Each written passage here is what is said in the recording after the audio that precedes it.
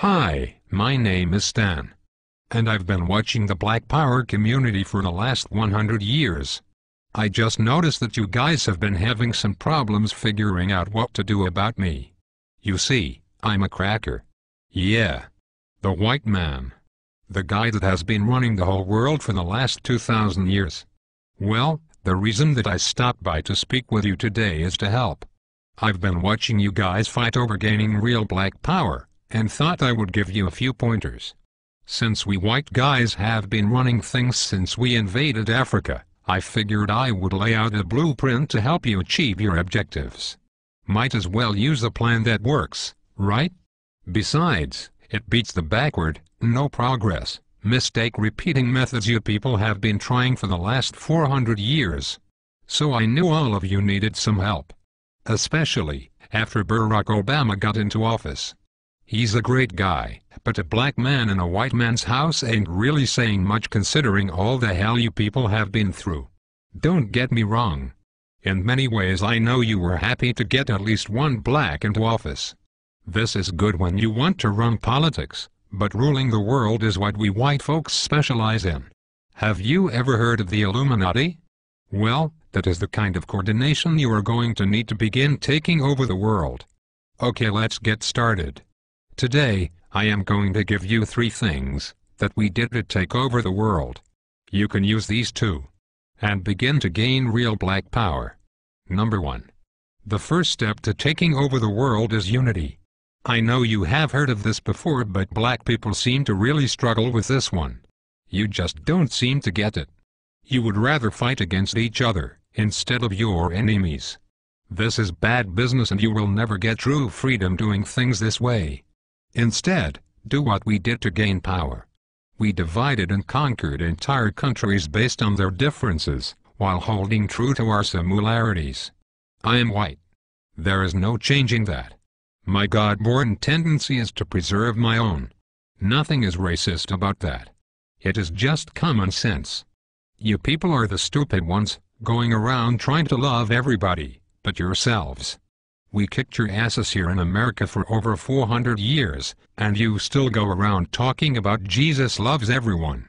While you've been doing all that praying and jumping around, we have been buying up the world and making laws you have to abide by. No offense, but everyone else has unity but you. I mean, look at the business in your neighborhoods. The people that control it don't even look like you. In fact, everyone who comes to this country sets up a business in the black community. The Koreans, the Indians, the Chinese. The list goes on and on. Aren't you tired of letting these other people supply all of your food, nails, and weaves? The one thing they have that you don't is unity. Number 2.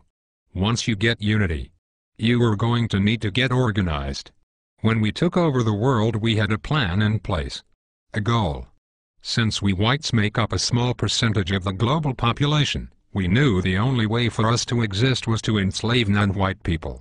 This was our global plan for white supremacy. But we didn't stop there. We organized a military force behind our goal and executed it to perfection.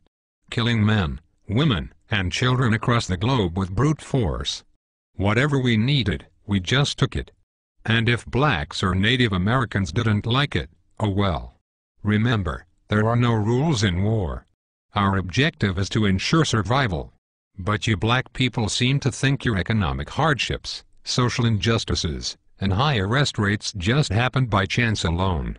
Never mind, we've worked nearly 4 centuries, day and night to keep you people exactly where we want you. On the plantation. Yeah.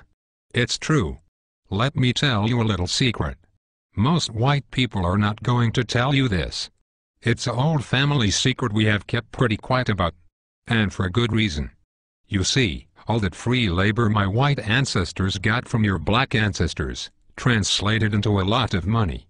In fact, the black slave trade was the greatest wealth-building tool in human history. With free labor we were able to finance the Industrial Revolution. Well, all of that money pretty much stayed in the vast majority of white families.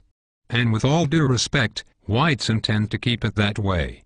You see, Dr. Martin Luther King was pretty good at integrating lunch counters and toilets, However, he didn't do so well at integrating bank accounts, so you blacks were shafted out of the money that was due to you in exchange for a good job and education. But it was us whites who own most of the jobs. Which brings me to my point. It's just another plantation. I say all of that to say, being organized is more than alignment, it is knowing the traps we have laid out for you, and then moving around them. Everybody knows but you blacks. That education will only keep you enslaved. It will only produce what it has already produced. A bunch of dressed-up plantation workers perfectly content, working and serving under another man's vision. You don't really think we are going to teach you to build a nation for yourselves, do you? If you were really educated, you would be able to solve your own problems. Problems like gang violence, poor economics and underrepresentation. Instead, you will continue to pass the notion of getting a good job down to your children. This will brainwash them to be just like you. And the cycle will repeat for generations. While we whites continue to run things at the top, your grandchildren will be celebrating the first black Catholic Pope. I know this has been long, so let's move to number 3. The third way to gain black power is the most important of all. It is this way because it deals more with your psychology than your conscious mind. When we took over the world, we decided to use the most dangerous weapon of all to subjugate the darker peoples of the planet. We used a combination of white supremacy and religion to mindfuck these people into complete submission. If a robber breaks into your house, rapes your family, kills your mother and father, then tells you that in order to go to heaven, you have to worship as God. If someone did that to me, then said that to be born again, I had to worship as God, I'd kill the bastard right on the spot. But you black people seem to have no problem worshipping the God of your enemies. Even worse is the fact that for all the praying that you have done, it seems like the God of the white man is just as racist as we are. Anytime you start believing in the God of your enemy, it pretty much means you're a complete idiot and a pussy, who is too far gone to confront his adversary.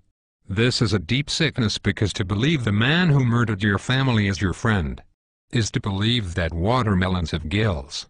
This kind of thinking lacks critical reasoning, a skill needed to defend territory and the minds of the youth. You even believe that Haiti, the only black nation that ever kicked the white man's ass, is cursed because many of them practice voodoo. You even go further and believe that it was God that hit Haiti with a 7.5 earthquake. You religious-minded blacks thought this about New Orleans too. Let me tell you the truth. We gave you this God because we knew by worshipping a white God you would subconsciously be worshipping us. That was a part of our plan, and it worked like a charm on the early slave plantations. We whites decided to perfect it, and have taken our gods all over the world to dark people. You see, we know that if we can get you to put down your God, and pick up ours, you will lose your real power. This is really effective for controlling a people. Practically, by doing this, you will never fight against us because subconsciously you would be fighting God. I know that is a serious mindfuck. But that is why you cheer for a white Jesus to kill all the darkies down in Haiti and New Orleans, while kissing Pat Robertson's ass. Meanwhile, our harp machines can shake up more prime real estate for the oil companies. If you continue to follow the God of your enemies, you will never rule the world, because you will always have your allegiance with the white man, instead of your God, who's pissed off because you traded him in for a blonde-haired, blue-eyed hippie, whose name we took from the Greek god Zeus. So, let's recap. The top 3 things you need to do to rule the world, and to have black power is: Number 1, get some unity. Stop killing each other over nickel bags of weed and coke. You are basically helping to kill off your own army. Stop it and unite. Number 2, get organized. There is nothing worse than a bunch of rich rappers talking about gangsta and keeping it real, when all of them still work for rich white and Jewish men that pimp them for their talent. With Jay-Z, P. Diddy and Oprah, you black people should have your own distribution company by now, instead of relying on your white backers to put out your albums. This is because you are not organized. This goes for all you sports athletes too. You black sports guys are stupid. You're a grown man and you still have an owner. Stop being a slave and wake up. When you die, all you will have to pass on to your children is a championship ring. When I die, I will have at least 2 islands and a few manufacturing companies to extend my legacy. For you sports guys, no one will remember you, and the money you blew on trying to floss will be right back into our hands. You need to organize and put your money and minds together for one common goal: Black Power. Last but not least, you have to stop following the white man's God. He has really done nothing for you since you started to believe in him. Basically, all my God has done for you is allow white guys like me to continue stealing from you. Sure, we'll give you a few rich blacks to make it up the ladder. But this is to keep up hope in you, so that you will teach cowardness and fear to your children and get nothing in return. You will keep praying while we will keep slaying and taking more land and control of the earth. It will be this way as long as you fall for the lie that some white dude is going to come down from the skies and pull you out of this shit. Stop it. Instead, go back to believing in your God. The God you had when you were rich in Africa and had diamonds, gold, and health. It certainly beats the crap the white man's God has given you. Even if you believed in rocks, you would probably have more luck than what you have gotten with this guy. One last thing. Black people need to stop saying that they're blessed. This is not only dumb, but it lets us white people know that we are still very much in control. If I steal you from your home and throw you into a cardboard box, have you work for 400 years on a plantation, just because I give you a pillow, doesn't mean that you are blessed. It just means that I gave you a fucking pillow. If a guy cuts off your hand, and then turns around and gives you a bandage, it don't mean anyone blessed you. He just needs his slave to be able to work the next day. So you are not blessed just because the white man gives you a doggy treat. It simply means you are fucked. So given all the crap you blacks have dealt with here in America, and abroad, a new car or money for the light bill are just tools we white folks who are trying to run a plantation do to keep up the morale. So, if going from Africa, a land of milk and honey, diamonds and resources, a place where you had a name and thousands of acres of land, to a place where you are struggling to eat in a one-bedroom apartment every day means you are blessed, then elephants have